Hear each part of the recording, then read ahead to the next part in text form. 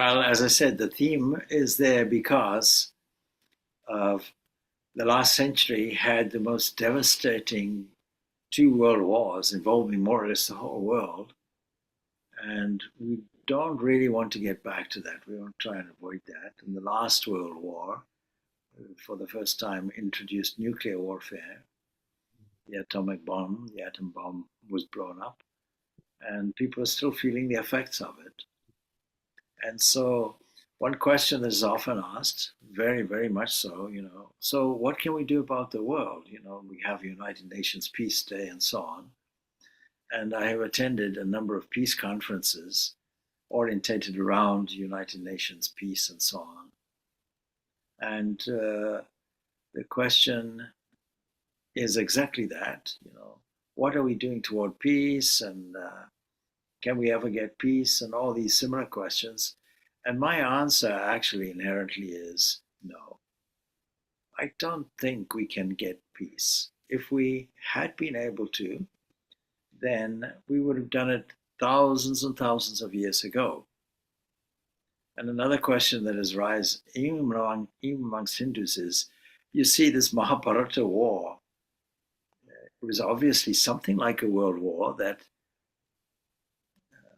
seeped into the memory of mankind in that region for many, many generations, creating an epic, something that stood up in the memory of everybody, where many, many prominent people were massacred, I suppose.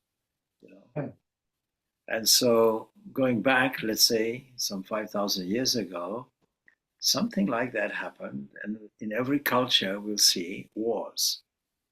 And we would expect, maybe, if we thought that evolution was a cultural progress or progression, so that we become less and less inclined toward war and more inclined to the inherent value, ideal of peace, that we would have it. And yet, if we bother to enter into self-depression, self-induced depression, we just turn on the news everywhere and we see all kinds of horrendous things happen.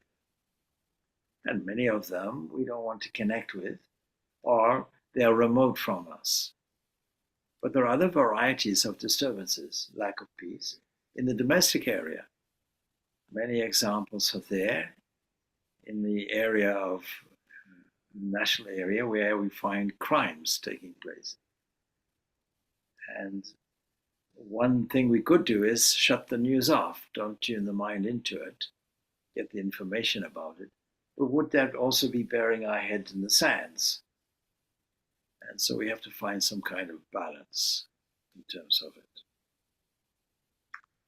And I suppose what we had discussed, we touched upon really. Can we in any way promote the ideal of peace and spread it, as it were, if we ourselves are not peaceful? What does that mean? It means that when we look at the mental field, that is the fragmenta and seemingly the author of our problems, then is it a peaceful state as their disturbance in the mind? When we take up the technique of yoga, Patanjali Yoga Sutras, the idea is the mind is kind of like a lake. It contains a substance called chitta, where mind stuff. There are 5 types of waves going on: right knowledge, wrong knowledge, a verbal delusion where we jump to a conclusion without proper information. And we have memory and we have sleep. You may ask, what about dream? Well, dream is sleep plus memory. So 5 types of waves are coming out. And because of these waves, which fall into 3 categories, namely inertia, very often misunderstood as sleep, as dullness, sleep, maybe laziness. If that was a high ideal, then the sloth would be the highest realized soul and the most peaceful, but that's not the case. The lazy person staying in bed would be the most peaceful. No, wouldn't be the case. So, opposite extremes always look the same.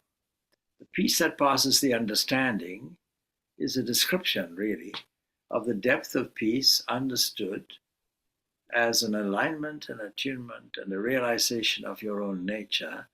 And it is peaceful because there's no second to it. Absolute peace means no other thing is there. So nothing to fear, nothing to challenge, no desires within it. It's all complete, all full, all free, all perfect. And so we find an area of perfect peace. Having found that, can we be influential? Can we be a peacemaker on the world stage? And I think we can, of course, but we have to bear in mind that Jesus was hung on the cross. So by non-peaceful people, he was persecuted. And did that disturb his own equilibrium? And we have to say that we cannot think at all that his equilibrium was ever disturbed. And we find in the gospel stories the evidence of that, where he takes the time to have a dialogue with people on either side. And one person was humble and was desirous of peace. And yes, in the next world you'll get it. In other words, the reward of peace is a number of shifts in the mental outlook, which says, let me engage in other qualities such as humility, such as surrendering the ego. In other words, egoism will be the cause, will be the main obstacle of all the other things, of all the kleshas or obstacles mentioned by Patanjali in Patanjali Yoga Sutras. Egoism is the main obstacle. That's why we do personality development courses, Enneagram and so on, because we want to deal with this aspect as best we can, and it's not an easy task. We have to do it step by step. Ancient teachers and scriptures, they attributed, for example, parts to the partless. The partless will be a state of absolute peace because there is nothing else. And so even the author of the Panchadasi refers to this technique of step-by-step revealing. And he calls the scripture the well-wisher of the questioner whose mind is still filled with ideas of space, time, numerology, numbers, parts, evolution, and so on. So such a mind must be led gradually to this area of peace, which we also call the infinite, we also call the supreme. The devotional language is God, and the state the mystics call that peace that passes all the understanding. Can't comprehend such a peace because it is a reflection of the pure being. And there being no parts, no two, we cannot never describe it. We can only experience it. And so the non-evolving perfect one, indescribable, has to be a progressive movement, adventure, pilgrimage toward it. And so those good teachers will take the mind progressively, bit by bit, and not contradict anybody. It is when we come across this contradiction that itself disturbs our mind. So, Holy Mother Sharada Devi made this wonderful statement: if you want peace of mind, don't find fault with anybody. Don't find fault with others. Rather find the fault with yourself. And she goes on expanding that. I've mentioned it so many times before. Make the whole world your own. Actually, make every stranger feel at home. Supposing we were to adopt that as an ideal and expand that in a national way, international way, would we have another World War I, World War II? And the answer is no, we wouldn't. So we can say that all the world wars that we experienced in the last century and all of those which are threatening the world in this century are simply echoes of human behavior that had happened for thousands and thousands of years. And we can speculate it'll happen for another thousands and thousands of years, history will tell us that nobody wants peace. Not everybody wants peace. Some people want peace, no doubt. But what they do? Blessed are the peacemakers, said Jesus, for they are children of God. And what is the peacemaker? Peacemaker is somebody who endeavors to spread the peace they already have. I don't think we can make peace with everybody unless we ourselves are at peace. So get the peace first, no doubt. And that peace comes from the step-to-step progression toward pure spirit, which is our own ultimate identity. Attaining this peace that passes all the understanding, being entrenched in it, being stabilized in it, that being our very nature. There's a story of Swami Brahmananda, who was first president of the Ramakrishna order, Math mission, and so on. And there were some disturbances in a monastery. I don't think monasteries are immune from disturbances. They're not. So, the disturbance. And Swami Premananda had said, we should expel those troublemakers. And Brahmananda said, no, don't do that. I'll come. So he came, and he never mentioned the disturbances, the history of troubles, and people not getting on, and all the rest of it. No, he only made one requirement. When I meditate, you please sit with me. And Brahmananda was a great meditator. If you asked him how many times a day should you do any formal meditation, he would say 5 times a day, ideally. Now, of course, for practical purposes, we say, okay, step by step, twice a day is a minimum. But you see, the maximum is there. And so every time he meditated, profound meditator. The Eternal Companion is a wonderful biographical story of Brahmananda's wonderful life. He was a peacemaker because simply by sitting in his company and meditating with him, all the difficulties got resolved. In other words, highlighting this atmosphere and essence of peace, spread peace. He was one of those who was blessed as a peacemaker. And that's on that level, spreading peace. And don't think that the peace that he spread was just confined to that small environment. No. Such a peacemaker creates a wave of peace that influences the entire world. And so, is there a solution to all these disturbances in the world? Yes. Let us all be peacemakers. And the atmosphere, spreading the atmosphere of peace. And then there are those people who actively take action in terms of peace. Not just because it's a high ideal. Because most people's idea of peace would be, please leave me alone. In my peace, I'm concerned with my peace. Never mind about world peace and so on. Because I'm very distant from all these events. They're just theoretical things that are put on the news.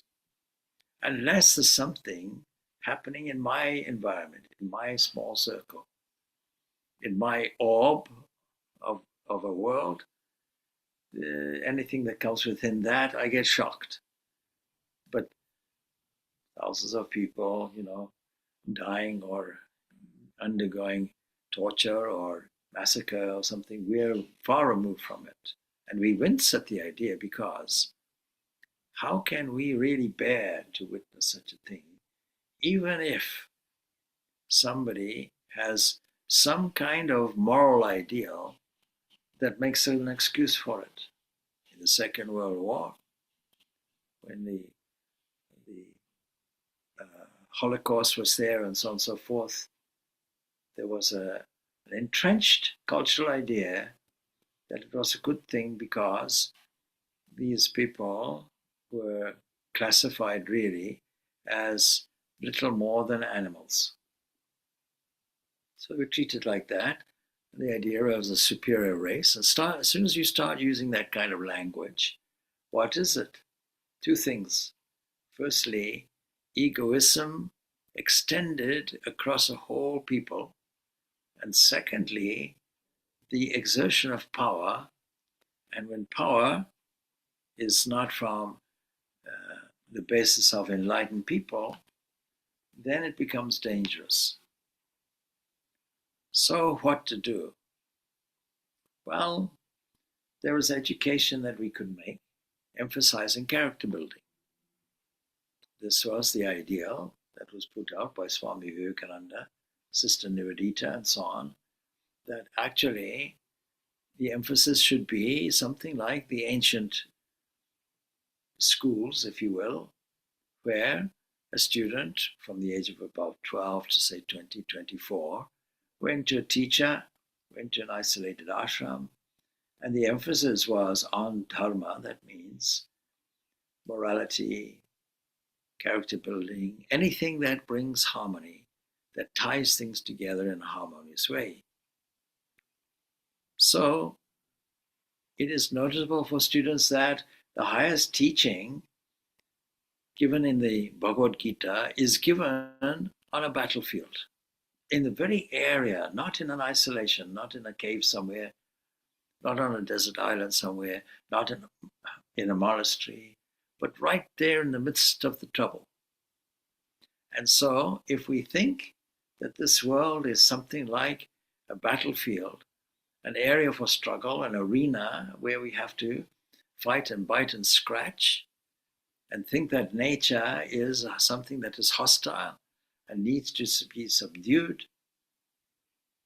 Some evolutionists would think like that. In Darwin's day, people would have thought like that. Then, you see, the most horrible experience of humanity is war, and yet this highest teaching is right there in the battlefield. Thousands, if not millions, of able-bodied and trained men and women are maimed or killed outright.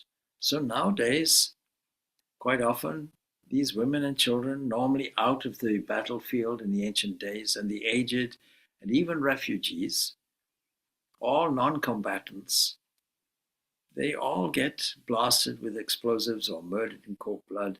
Modern wars are waged with guided missiles these days, drones, nuclear devices, chemical weapons, remaining in the background ready for use at any given time. And so the horror and devastation are therefore multiplied 1,000-fold. In fact, they become incalculable. So it's only people of mature thought and enlightened vision who should wield power and make decisions regarding war. That begins right at the lowest educational level, at the junior of the junior schools, and in the families, because that's where real education starts before the psychosocial evolution of the educational system takes place. And so right there in the family, and that means that any domestic disturbance will have to be eliminated. Very often in a family, you might find parents behaving like children and children behaving like parents. So all of this domestic environment should be an area of example. Parents should be exemplary. That's the point. And what is the basis of that? The basis of that is spiritual life. So that if you have a shrine, a space where you sit, where you meditate, it should be something like the heart, the beating heart of the household, where every member of the family can sit, can resort to a place of silence, where no anger takes place, where no disturbance takes place, no unkind thought takes place. That's the whole idea of a shrine or a church or a temple or a mosque, an area where it is dedicated to worship, prayer, adoration, and an area where you can go to and sit peacefully. There are many people who say, oh, I sometimes just go into a church or something like that and just sit there to get the peace. And so in the Bhagavad Gita, Arjuna, the questioner, the student, and Krishna, the charioteer and the teacher, they're both eminent people in every respect. And it's noted, whatever a great person does, that other people also will do. Whatever that person sets up as a standard, that mankind follows. And you can see straight away the influence that such people have. If you ask what is one of the most influential characters in recent times, some people might say Nelson Mandela. But Nelson Mandela was a violent political revolutionary, matured, and came out as a wonderful statesman, spreading only peace, reconciliation. Now, if we can't reconcile in our own family life, reconcile with friends and neighbors and even relatives, then what hope is there for the ideal of peace beyond those borders? And so right there, in the midst of a realistic battle, the highest teaching, the song, the celestial song that we call Bhagavad Gita, is taught. But you see, Krishna represents the depths of spirituality, giving the wisdom, and Arjun is following it and applying the spiritual principles. But then you might say, but there's still war. So, yes, the war that rights the wrong, the war that is waged in an impersonal way, without any anger, because don't forget, in the case of the Mahabharata, it is the relatives and noble people also on the other side where people are fighting, but something like the game of chess, where no civilian, no woman, no child, no elderly person is involved. No householder is involved. That's why you have a special class of people who are military people, waging war with military people. And even in the biblical texts, we will see that even to avoid total bloodshed, even with armies, we resolve an issue by getting a major warrior from both sides, David and Goliath. You want a little fun about it, you know. It's the first instance in the Bible where the idea of an alcoholic drink is mentioned.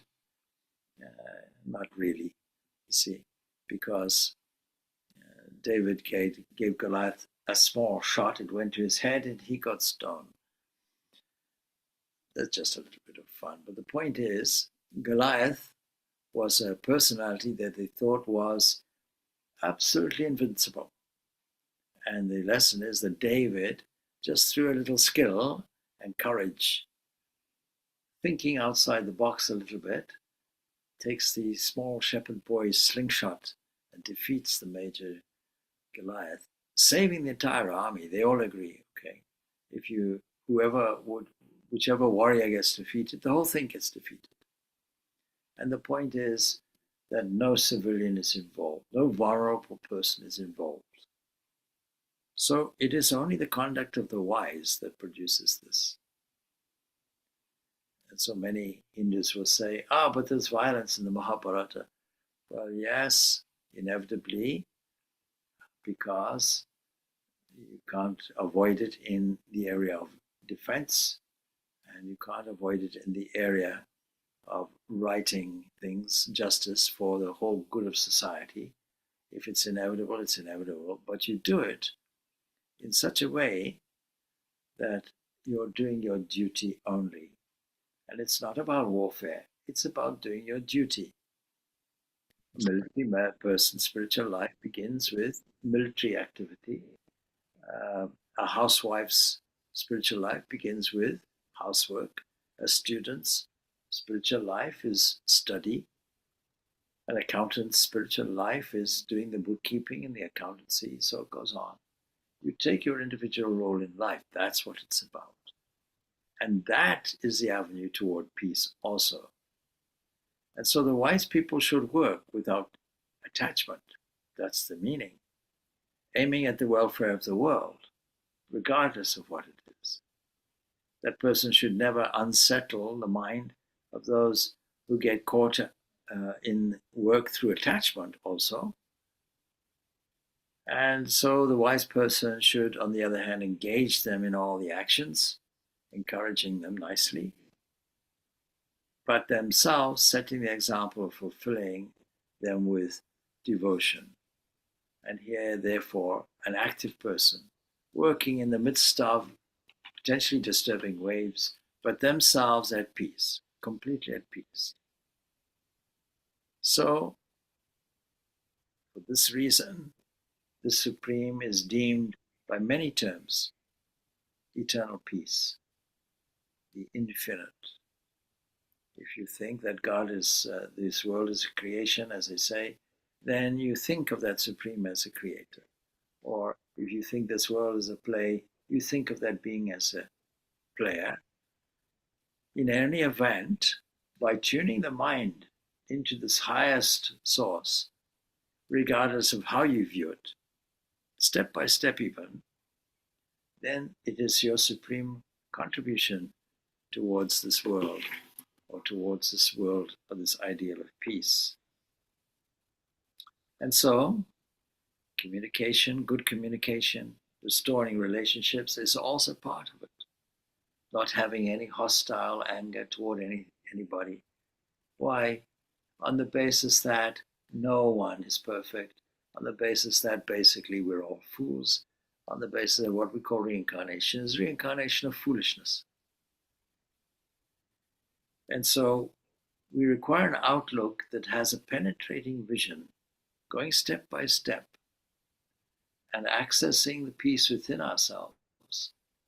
And then through our very personality, and a penetrating vision that sees this ocean of peace in all that we call the divine self, that we call God, that we call the infinite invisible, whatever language you want to use, that we call the eternal mother, that manifests as if we're in, through, and as the world, all of that, then at least we're spreading the peace everywhere. Not because we're consciously doing it, but because the light of your peace shines by itself. Your very demeanor shows it. And that therefore, in all circumstances, your equilibrium doesn't get ruffled. You approach things in a calm, peaceful way, without any evidence, external and internal, I should say. Because some people are very good at hiding a panic, for example, and their face is all calm and what have you, but underneath they're paddling. The expression is like looks like a calm, peaceful swan gliding across the waters, but underneath, very vigorously paddling for their life, that kind of thing. So this whole idea of peace, which is seen today as this very, very high ideal, is, from a historical point of view, something that we will never experience globally. There'll be pockets. And it's remarkable to think that after 2 world wars, that we haven't understood the value of peace, lasting peace. And why would we do it? Why would we disturb the peace or the peace of others? Because this assertion of power, where those who are wielding power themselves are not steeped in peace. These very people will have the large version of egoism that comes out as something like attached to a country, attached to a people, attached to a race, attached to land. And the unfortunate thing about that is being hostile to anybody else who opposes me. We have the great story of Vishwamitra. Vishwamitra, he desires to get the milch cow that is there in the ashram of Vashishta. And So if you follow the story, you'll see many attempts were there to capture the cow, and realizing that this miraculous thing that produces all the provisions, could produce provisions for an army also, that if it's denied me, well, what is the key to this power? The key to this power is meditation. But not all meditators are spiritual or peaceful. Meditation simply means concentrating the mind. It could concentrate it on acquiring power or acquiring various siddhis, various powers. And so Vishwamitra, not understanding the true value of spiritual knowledge, Brahmanyani, he loses his cool. He becomes angry. First of all, desire, thought and desire leads to anger, that we know. A great lesson from the Bhagavad Gita, psychological profiling that takes place. All my anger is because I have a thwarted desire. I want a result, I can't get it. Resulting in anywhere between mild frustration and absolute outbursts. And so when that happens, that degenerates, it disturbs my equilibrium. If I'm angry, it disturbs everybody's equilibrium. And then everybody's reacting and counter anger takes place and so on. Eventually, Vishwamitra, of course, recognizes the highest Brahmanyan. And then all those desires have gone. And he becomes, then does he cease being angry? He is able to simulate it. And that we find in the story of Vishwamitra. So the lesson is that power, real power for the good, comes from those who endeavor to cultivate the inner life, the inner spiritual life, and in encountering other people and other circumstances, having the penetrating vision to see that equilibrium, that level of peace in others, seeing the self in others and all beings and all beings in the self. That's the kind of dictum which is there. Therefore, in answer to the question, I suppose, is peace unattainable as an ideal? In us, no, not at all. And yes, I would take on board the language of attainable. We can use the language because are we peaceful? That's an examination everyone has to go through. And we may say moments of peace are there. If I go on holiday and watch a beautiful scene, something like a sea with a sunrise or a sunset or something like that, with fresh air and so on and so forth, I feel very peaceful. Why? Because I'm not in the office. So when I get the office, agitation comes in. So what is the formula that makes me peaceful constantly all the time, in all circumstances, whether I'm in the midst of noise in a crowd or sitting by myself with a strong interior life, gaining access and connection to my divine inner spirituality, my own spiritual self, which is the very ocean of peace described as that peace that passeth all understanding. So it comes to my mind that on Armistice Day or Remembrance Day, whatever it is, that in that remembrance we learn the lesson, never again, never again. And we learn that the very disturbance about it can disturb our equilibrium also. The need to make corrections or the need to change things or transform things as if they were wrong. But to transform things just automatically by virtue of shifting our attention to something better, something higher ideal, progressively doing it by practice. First seeing that divinity in all things and all beings, regardless of their behavior. And then going to an area of love and compassion. Since we're all on the same journey, we're all in the same boat, headed for the same destination, some quicker than others. And the destination is all calm and peaceful, but the journey is not. But we can take it in a different way.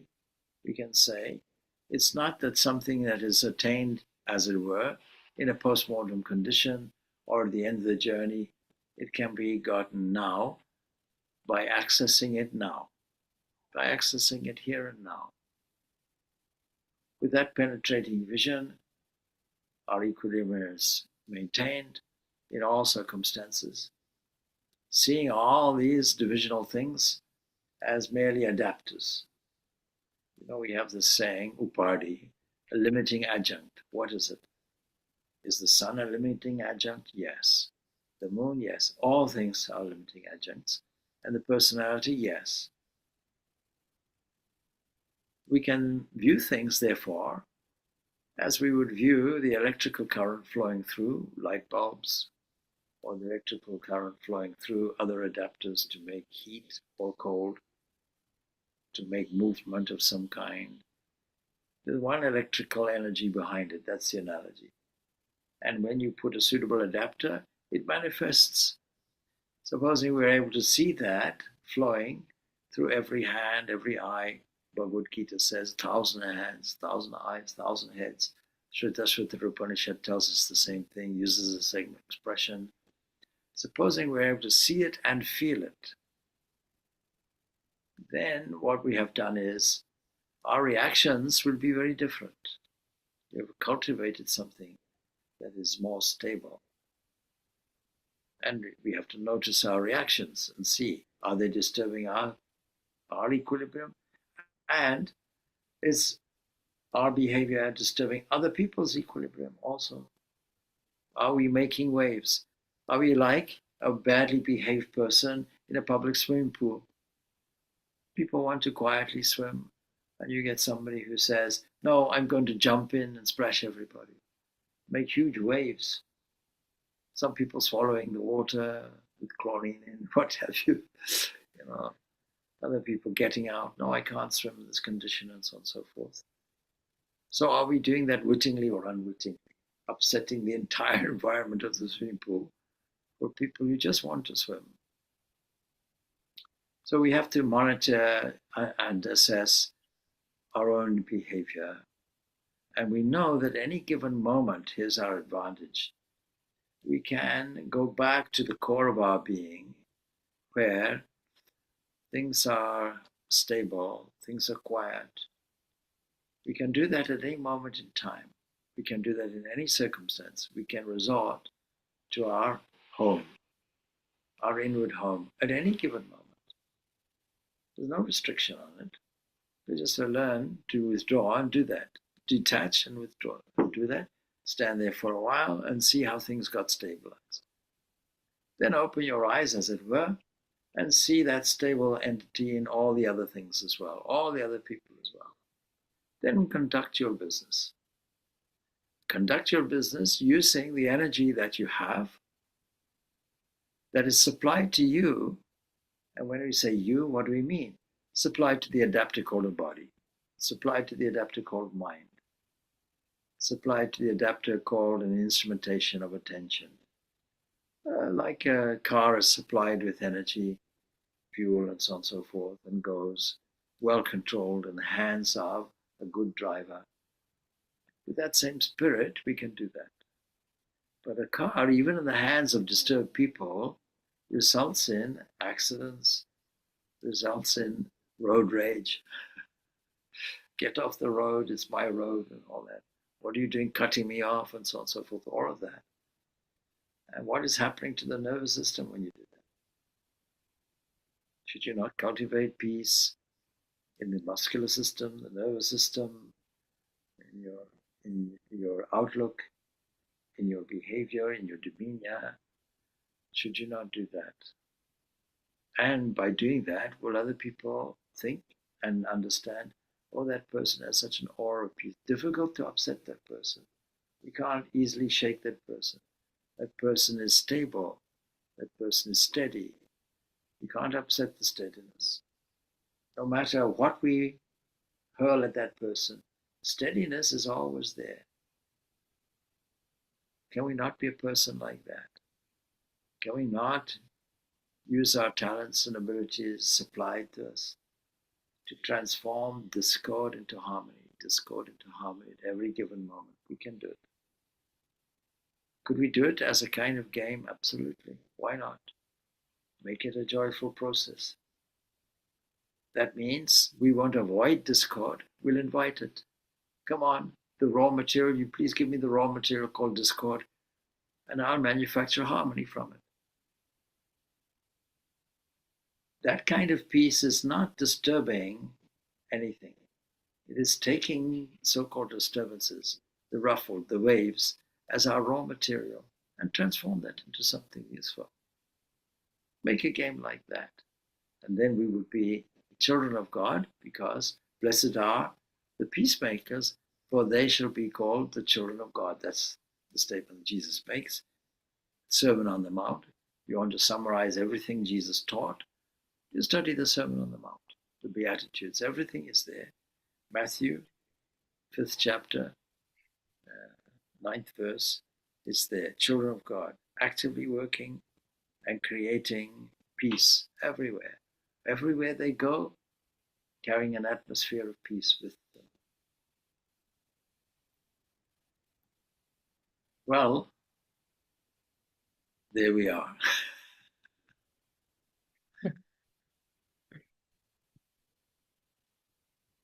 So we can go in peace now, yes? Thank you. That was really lovely. Well, we'll finish off with Om Shanti, Shanti, Shanti. Peace, peace, peace be unto all. You know, we say that prayer 3 times for 3 reasons. Firstly, when we say most of our disturbances are due to ourselves. So we can say, with that in mind, may we exude peace. May we not cause disturbance ourselves. But then you see, we say it a second time because we may be doing okay, but life and other things are likely to disturb the peace also. And then finally we say, the last one, the last Shanti, is because may peace come to us where it can be disturbed from unexpected things. You know, nature, has a way of being unpredictable. It's trying to carefully create a balance. If you ask why was there a tsunami, you can't say was a vengeful God doing it, or did we cause it, or something else caused it. Was it karma? Was it our bad behavior? No. Simple as this. And in the Earth's crust, plates are shifting. Tectonic plates are shifting.